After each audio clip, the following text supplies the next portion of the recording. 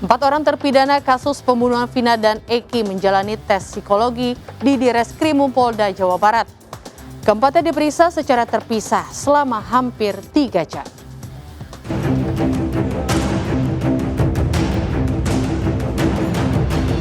Setelah lebih dari 10 jam, tim penasehat hukum para terpidana kasus pembunuhan Vina dan Eki akhirnya keluar dari gedung Direskrimum Polda Jawa Barat Rabu pagi.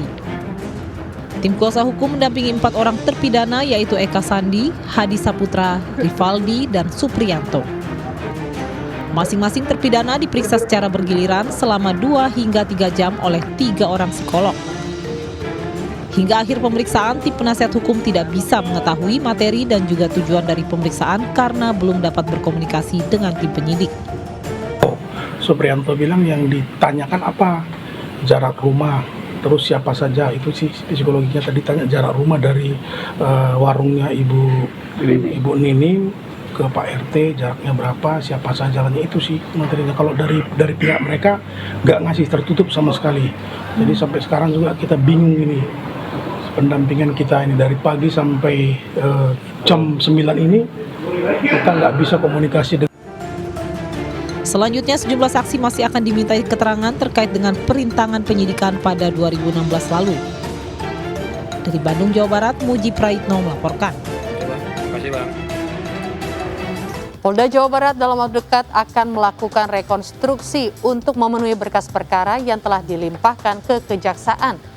Namun tim kuasa hukum Peggy Setiawan menolak keras Peggy Setiawan mengikuti rekonstruksi. Peggy dianggap tak terlibat dalam kasus pembunuhan Vina Eki.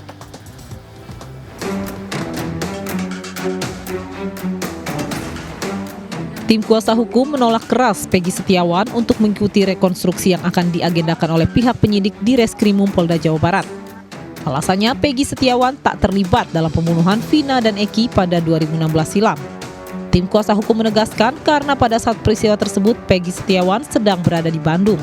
Kita harus mendampingi Peggy Setiawan pada saat rekonstruksi dan kita pun akan menolak dilakukannya rekonstruksi karena Peggy Setiawan tidak tahu menahu dan tidak mungkin dia akan melakukan olah TKP atas apa yang tidak dia ketahui dan tidak pernah dia lakukan. Kita sudah yakin kita akan membuktikan bahwa Peggy Setiawan bukanlah Peggy alias Peron, sehingga penetapan tersangka yang dilakukan oleh Polda Jabar tidak sah karena itu adalah 2 orang yang berbeda. Kalau memang bukti-bukti lemah, mereka tidak mau hadir, ya sudah, lepaskan saja dengan ikhlas dan legowo, keluarkan aja SP3 untuk Peggy Setiawan dan silakan Polda Jabar mencari pelaku yang sebenarnya.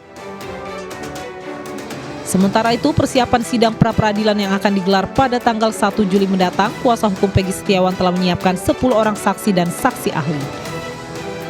Dari Cirebon, Jawa Barat, To Iskandar melaporkan.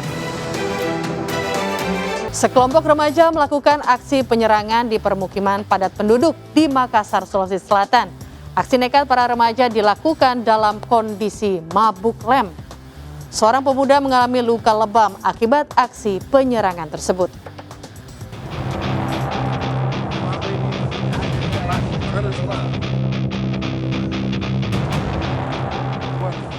Sampai ribut lagi. Aparat Resmo Polsek Panakukang langsung mendatangi TKP usai memperoleh informasi adanya aksi penyerangan yang dilakukan remaja belasan tahun di Jalan Pampang 4, Kota Makassar. Di lokasi, petugas mendapati seorang pemuda tengah menggenggam senjata tajam dengan kondisi luka di bibir usai dikeroyok oleh para pelaku yang berjumlah 8 hingga 10 orang.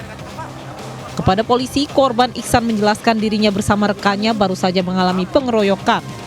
Para pelaku diketahui juga melakukan pelemparan batu ke arah rumah korban. Nabur, Pak. Ada 5 orang lebih, Pak. Jadi di mana itu?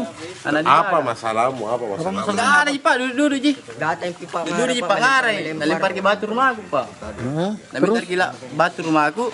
Saya bilang, "Siapa itu siapa?" Baing. Manjia. Apa namamu? Iksan, Pak. Jadi apa meluka? Ini gue, Pak. Polisi berhasil mengamankan sejumlah pelaku yang diduga kuat melakukan penyerangan. Baik korban maupun pelaku sama-sama digiring ke Polsek Panakukang guna dimintai keterangan. Sementara untuk motif diduga kuat akibat pelaku dalam kondisi mabuk usai menghirup lem. Ya, setelah kita amankan, kemudian kita lakukan interogasi singkat kepada mereka. Rata-rata mereka itu merupakan pengguna hisap lem. Mungkin dari situ sehingga menimbulkan adanya tindakan-tindakan yang tidak terkontrol dari mereka. Selanjutnya, baik korban maupun pelaku yang diamankan ke Mapolsek akan diberi pembinaan dan akan memanggil para orang tua mereka untuk diberi peringatan agar tidak kembali melakukan aksi serupa. Dari Makassar, Sulawesi Selatan, Muhammad Nurbone, iNews melaporkan. Menjadi korban salah sasaran, seorang pria pengendara motor di Jambi menjadi korban penganiayaan oleh 3 orang menggunakan senjata tajam.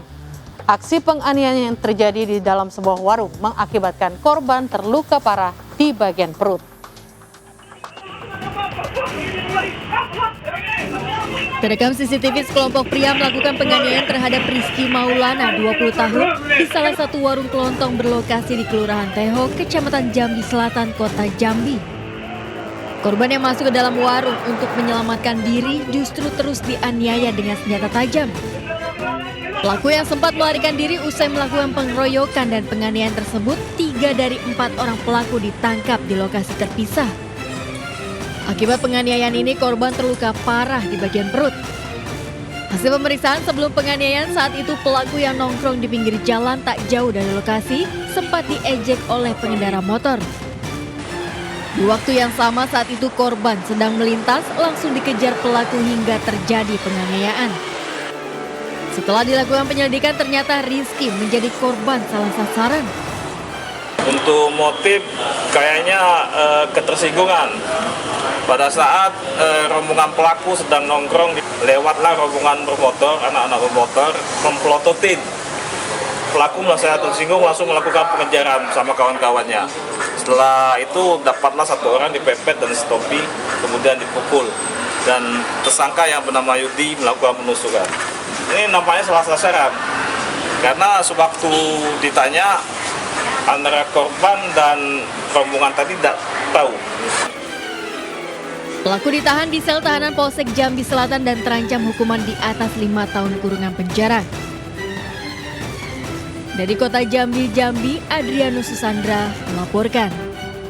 Diduga jual obat-obatan terlarang, 2 kios di Cianjur, Jawa Barat ludes dibakar warga dan video pembakaran kios tersebut viral di media sosial. Sementara itu, sebuah warung sembako di Asahan, Sumatera Utara dilempar bom molotov oleh orang tak dikenal. Warga merusak dan membakar 2 buah kios di perbatasan Desa Ciranjang dan Desa Nanggra Mekar, Cianjur, Jawa Barat.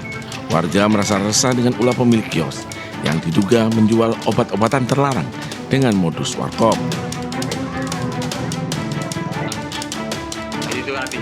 Satu unit warung grosir sembako terbakar akibat dilempar bom molotov oleh orang tak dikenal di Jalan Pasar Traktor, Kota Tanjung Balai, Sumatera Utara.